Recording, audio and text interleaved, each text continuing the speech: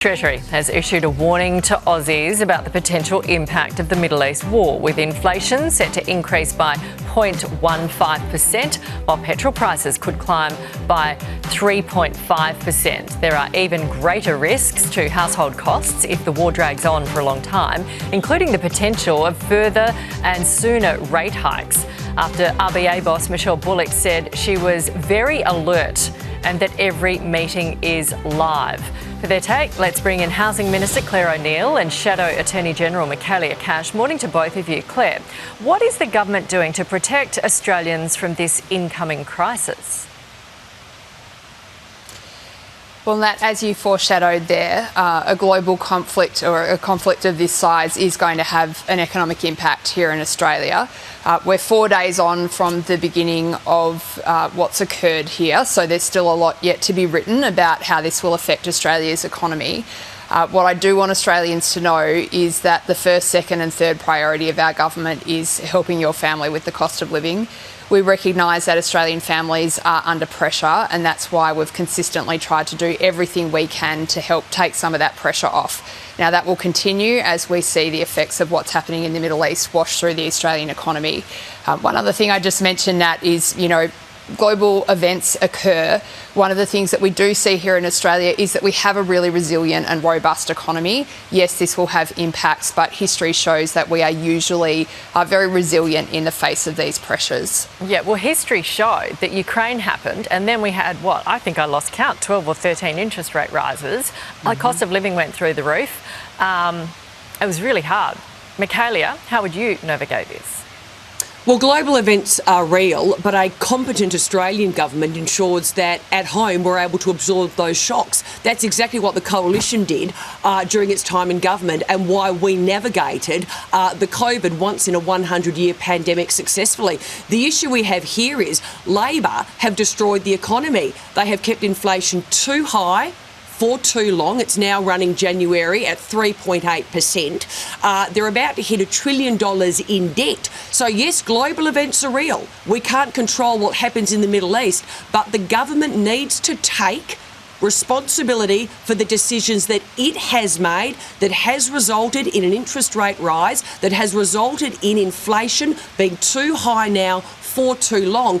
And sadly, as Michelle Bullock has said, every meeting now of the Reserve Bank is a live meeting. But she says this every time she leaves a meeting, Nat. She tells the government, get your policies under control, get your spending under control, because it's fueling inflation. But sadly, this is a government, as we've just heard from Clare, very good with words, but fails to take responsibility for its own decisions that have kept inflation too high now for too long, while Mum and Dad Australia pay a very sad price. Clare, you've got a Treasurer who said we need to cut, or already foreshadowed that there will be cuts in this budget. Spending is high. History is showing that. You've got Westpac economists that are saying petrol could go up $1, up to $3 a litre. The flow-on effect of that could be hard. So how do you mitigate that for Australians already suffering?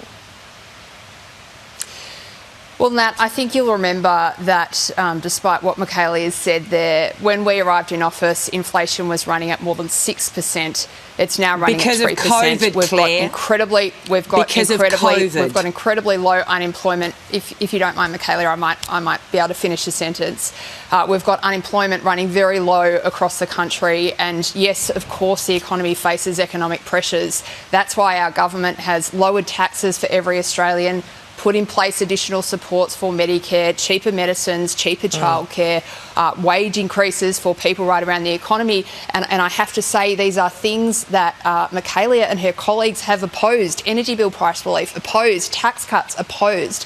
And I just say respectfully to Michaelia, we've got a really significant global event that's just happened here. Not everything has to be turned into a Labor versus Liberal competition. This is a challenge for our economy, and it's something that I think that the Parliament would work.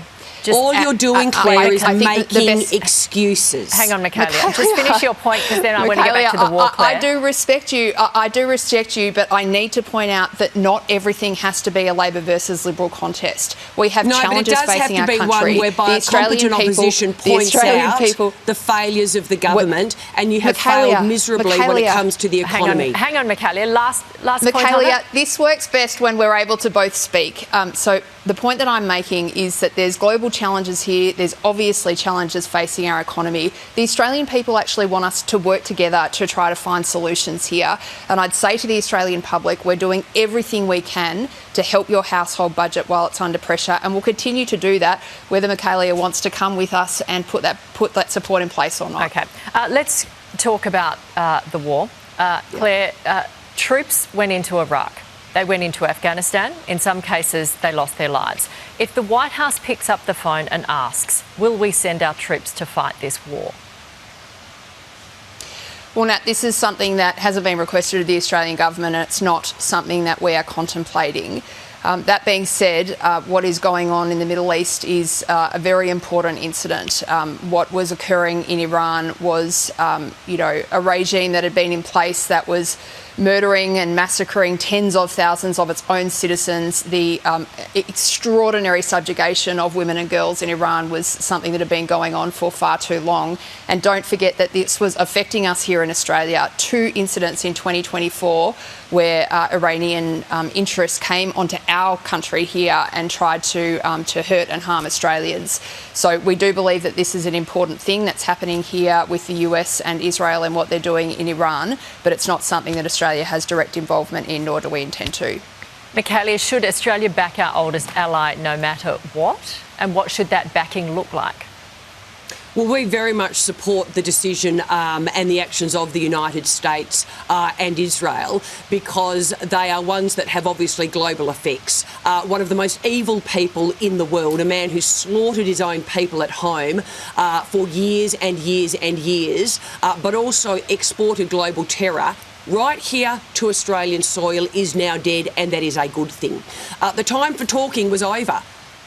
Talks have gone on for so long now, Nat, with this regime. What we need is behavioural change. There is no indication yet of a request for boots on the ground, and certainly President Trump has not indicated that that is what the US will be doing. But we certainly have a strategic role to play, Australia. First, in ensuring that our allies know we back them. Secondly, in ensuring that we can provide whatever intelligence that we can get for them over to them.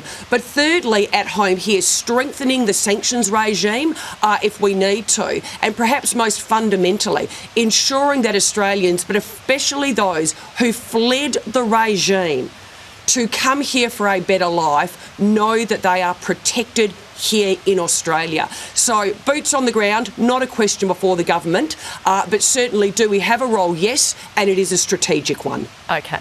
Thank you very much. We'll see you next week. Here's Sheva.